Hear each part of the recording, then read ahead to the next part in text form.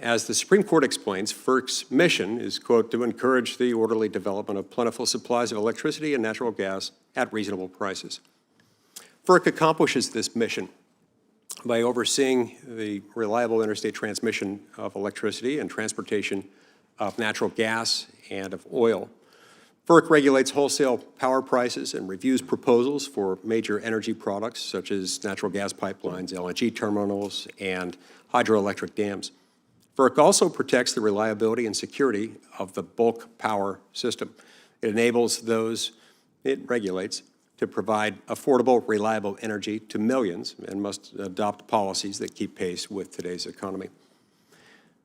So we'll meet those nominees and invite each one of them to give an opening statement and introduce family and friends here in a moment. Our first nominee today is Laura Sweat. Ms. Sweat currently works as an energy and litigation counsel at the law firm of Vincent & Elkins, where her principal area of practice is federal energy regulatory litigation. She represents pipelines and other regulated entities before the Commission. She previously served as senior legal and policy advisor to then FERC Chairman Kevin McIntyre and Commissioner Bernard McNamee. Before that, she was a lawyer in the FERC Office of Enforcement, where she led and supported investigations. Second, we'll hear from David Lacerte. Mr. Lacerte recently returned to his position as special counsel with the law firm of Baker Botts, where he's focused on energy litigation and environmental safety and incident response. Earlier this year, he served as principal advisor to the director of the U.S. Office of Personnel Management, where he also served in the Trump administration in the first go-around. He continues to serve there as an unpaid special government employee. Mr. Lacerte previously served as executive counsel to the chairman of the U.S. Chemical Safety Board, overseeing the agency's response to major chemical incidents nationwide.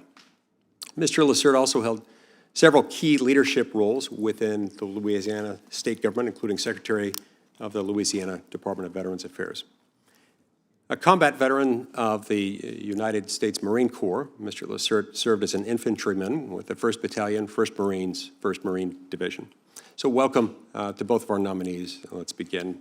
And I'll now turn to my opening remarks. The Federal Energy Regulatory Commission holds enormous influence over America's ability to power its homes and to fuel its industries, and thereby indirectly strengthening American national security.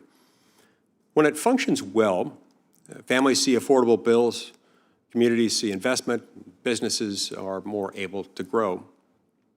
When it fails, the consequences are felt in every corner of the country, in every economic way imaginable. Under the Biden administration, FERC was too often steered in a direction that was harmful and that harmed hardworking Americans.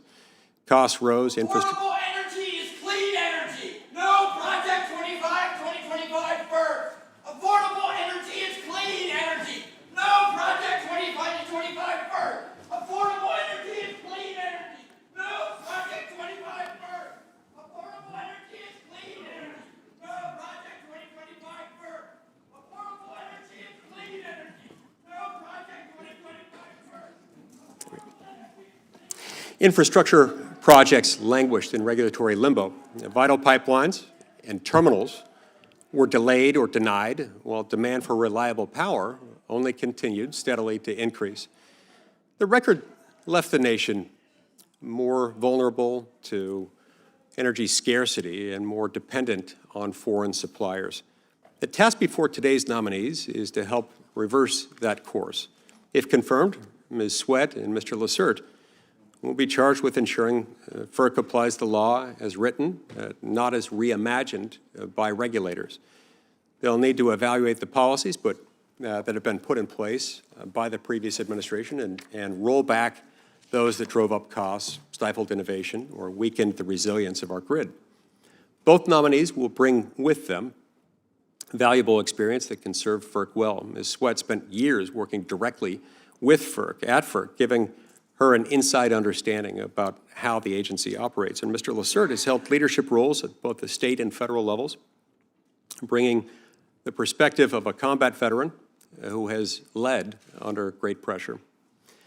These are qualities that, if applied, can help ensure FERC has the proper focus, providing affordable and reliable energy for the American people. The stakes in this really couldn't be higher. Americans deserve a commission that takes seriously and sticks to this focus on a mission to encourage the orderly development of plentiful supplies of electricity and natural gas at reasonable prices. That mission determines whether families can afford their homes, to heat their homes in the winter, whether our military bases will have the power that they need to operate, and whether our economy will have a foundation for sustained growth.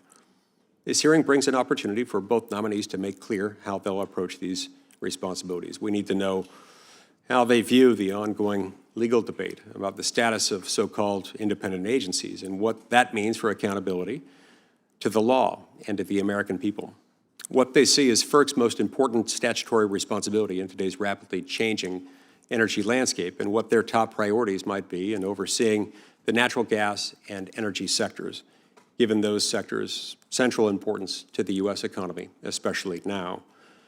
This committee has a responsibility to hold nominees to that standard, and FERC is too important to American life to be paralyzed by delay or distracted from its core mission. It must focus squarely on the law, on reliability, and on the needs of the American people. So I thank both witnesses, both nominees, for being here today and for their willingness to serve. I look forward to a candid conversation about how they take on this responsibility at such a critical moment for our nation's energy future. I'll now turn